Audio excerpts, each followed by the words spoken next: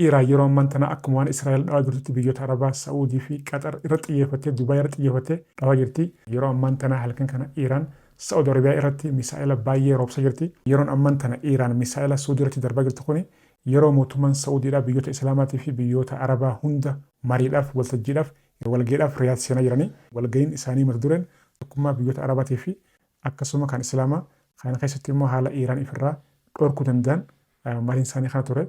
Iiraan immoo gubbaarraan misaa'ila itti roobsaa jirti jechuudha.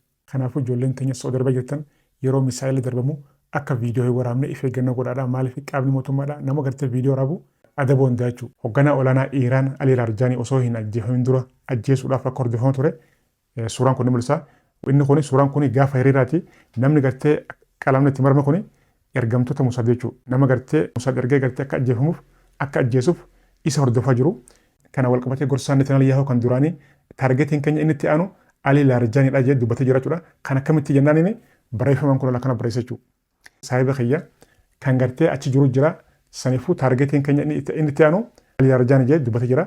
Namni duubaan jiru kun Ali Laarjaaniidha irra xiyyeeffatanii bakka inni jiruu fi waa hunda gartee xiyyeeffannoodhaan akka gartee xiyyaarri bakka inni jiru dhahu eega mirkaneessanii fi booda duwasaa mirkaneeffatanii achi keessaa bahan jechuudha. Garuu mootummaan Iiraan nama Ali Laarjaanii basaasee isa ajjeesisee qabee to'annoo jala oolchin jira.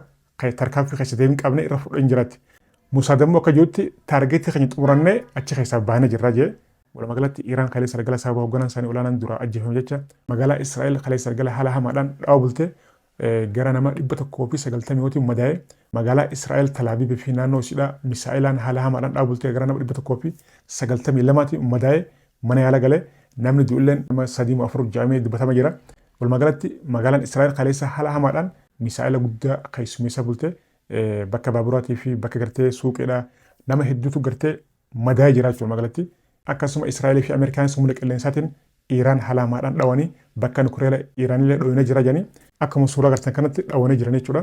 Lolli Iiraanii fi Ameerikaa Israa'el hedduu hammaatee jira. Iiraan keessa immoo basaastuu hedduudha jira. Kan gartee Musaadiif dalagu hedduudha jira. Kun ammoo hooggantoota Iiraan hedduu gartee lubbuu isaaniitiif halaaka keessa buusee jira. Hundaafuu waan jiru hordofee simbiraan egaa du'a hoogganaa olaanaa Iiraan Ali Laarjaanii wal qabatee ministeerri dhimma alaa Iiraan Masuud nama gartee akka Ali Laarjaanii bakka buusuun dhugumatti hedduu ulfaata. Qalbiin nu cabee onnee nu cabee je'eeti gadda isaa ibsatee jira jechuudha. Lola Iiraanii fi Ameerikaa Israa'el torbeessitiin kana keessatti hooggantoonni ol'aanoon Iiraaniin qabatee ittiin dhalattu gara nama 45 oli dhume jira jechuudha. Kana keessaa hooggantoota torba jajjaboo silaa biyyi ni qabdu jedhamtu kan gartee yaayaa tolaa jalatti tarraa jiru keessaa nama 5 akkuma gartee suuraa asirra gartee kanatti nama torban keessaa kan gartee yaayaa tolaa bakka bu'ee Mujtaaba immoo yeroo ammaan tana jiraatee fi du'ee gartee wanni ifate hin jiru. Garuu dhawamee jira yaalaaf akka raashaa jiru keessaan dubbatamaa jira. Hanga ammatti jiraatee oolee wanni beekamu hin jiru. Namni silaa jabaan biyyi Iiraaniif bu'uura ta'ee jalqabarraa hanga ammatti ni jira jedhamee Iiraaniin gartee deemaa jiru. Silaa Ameerikaa wajjin illee gartee waliigaltee taa'ee haasa'uudhaaf ni eegama jedhamee eegamu. Ali Laarjaaniitii fi Masuud ture. Ali Laarjaanii nama gartee silaa biyyi qabdu dahinnatii guddicha nama gartee jalqabarraa hanga ammatti biyyaaf bu'uura jedhamee eegamu ajjeefamee jira.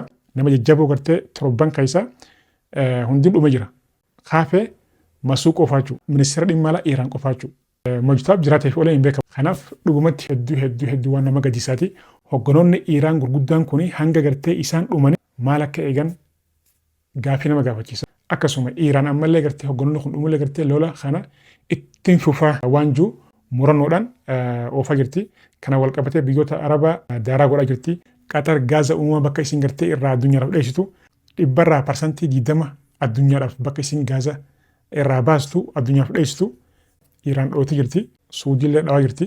Sababa gartee hogganoonni siidhaa dhumuutii wal qabatee Iiraan biyyoota ollaa siidhaa daaraa godhaa jirti. Kun immoo hangam takka isii oofaa hangam takka oofaa waan jiru gaafii kaasee jira. Ameerikaa fi Israa'elis buufata Iiraan bakka isaan gaaza irraa baasan irra deemanii dhawaa jiranii bakka nukileelaa dhawaa jiranii lola Iiraanii fi Ameerikaa Israa'el irraa yeroo ammaan tana namni biyyi dhibbaan dhibbatti fayyadamaa jirtu Raashiyaa qofaachuu. Raashiyaa yeroo ammaan tana guyyatti yoo xiqqaate guyyatti doolaara miiliyoona 150 galii harkata jirti jechuudha gaaza gartee chabachabaa jirti.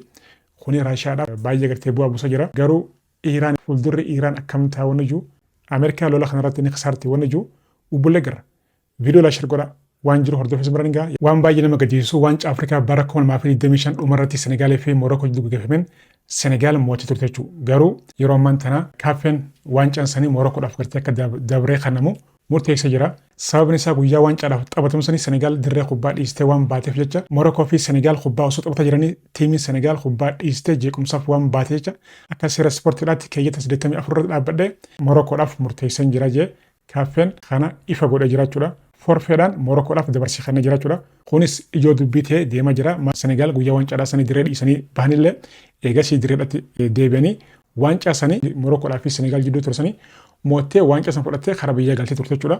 Ammaan tan immoo if duuba deebi'anii kaaffeen waancaa Senegaal fudhattee biyyattiin galatte sanii irraa fuudhee akka Morookoodhaaf dabarsu murteessee jira. Kana wal qabatee taphataan Afrikaadhaa guddaan taphataan gartee addunyaadhaa Sa'iidoo Maanneen ergaan inni dabarse kuni cubbuudha. Waancaa keenya nurraa fudhachuu hin danda'anii garuu tokkummaa keenyaa fi ulfina keenya nurraa fudhachuu hin danda'anii wanni tahamaa jiru waan baay'eedha. Kubbaa miilaa nuti falmannu qofaa miti. Kuni Afrikaa nuti itti amannu miti. Maanneen akkasuma waa'ee malaamaltummaallee kaasee jira.